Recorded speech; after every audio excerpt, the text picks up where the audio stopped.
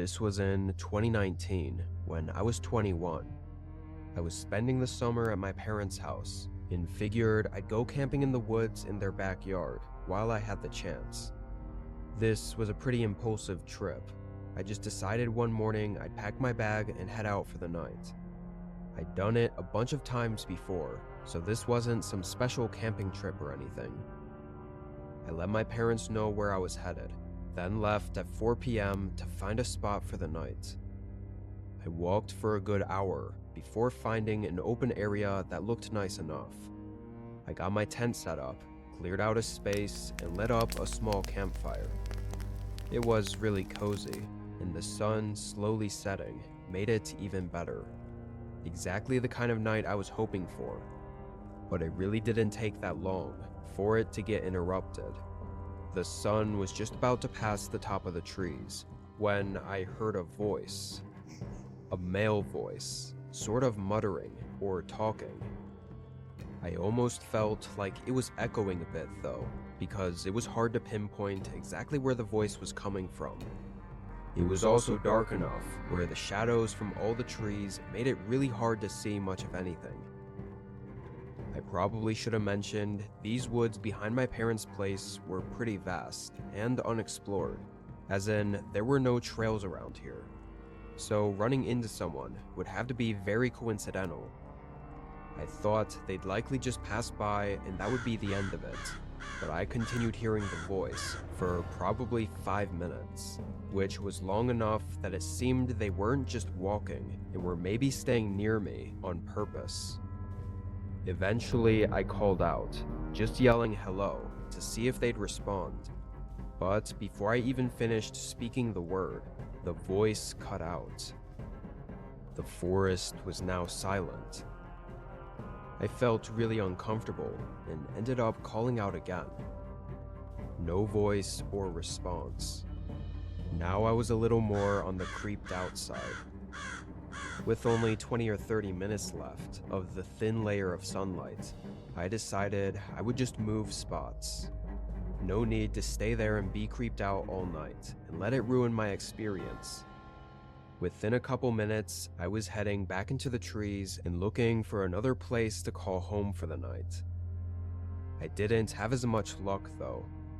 15 minutes in, with the fading sunlight rushing me, I decided to just settle where I was, basically just among all the trees. It was a good thing I did though, because by the time I finished setting up camp, there was no light left. The sun was fully down, and the woods were dead silent. I found it calming though, knowing I'd be able to hear if that guy came back around, for whatever reason. I built up another small campfire. I enjoyed the warmth for a while, before grabbing my snack bag and taking out some stuff to make s'mores. I got a small stick and stabbed a marshmallow on the top and held it over the fire. I don't know what it was about it, but roasting a marshmallow over a campfire is just one of my favorite things to do. It helped get my mind off of things.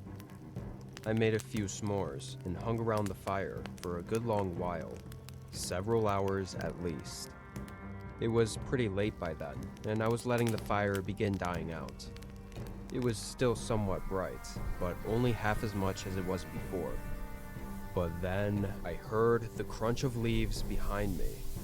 I thought it sounded like somewhere to the back left of my campsite. It was completely dark though, and once I was looking over there, whatever it was had stopped moving. Again, I called out. Honestly, I wasn't expecting much, considering how last time went. But a few moments later, a man stepped out of the woods and into the light. Though it startled me, because he came from a different area than what I was looking at. "Didn't mean to scare ya," he said with a smile as he casually walked up to the fire and sat next to it. He held his hands out to warm them by the fire. He acted as if he were supposed to be there, or like he knew me or something. Can I help you? I think you're at the wrong campsite," I said. "No." I didn't know which part he was saying no to, But either way, it was an unsettling response to not add anything to. I sort of had to think for a few seconds about what to do or say, so there was a very strange, tense little bit as we both sat by the fire, not speaking.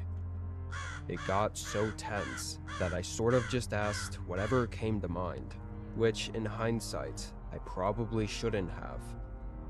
"Do you happen to be the one I heard talking out in the trees around my other campsite earlier?"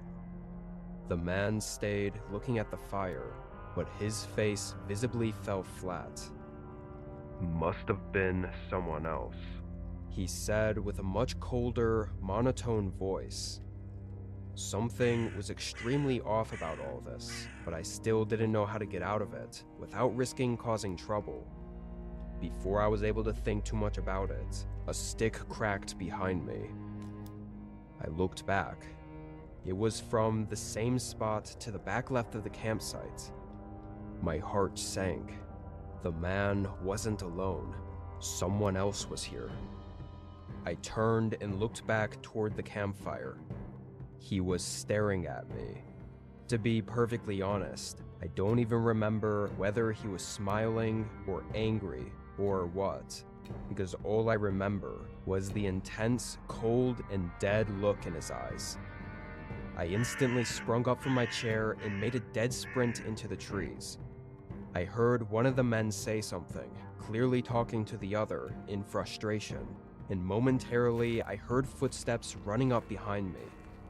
However, as I got deeper into the woods and into the darkness, I lost them.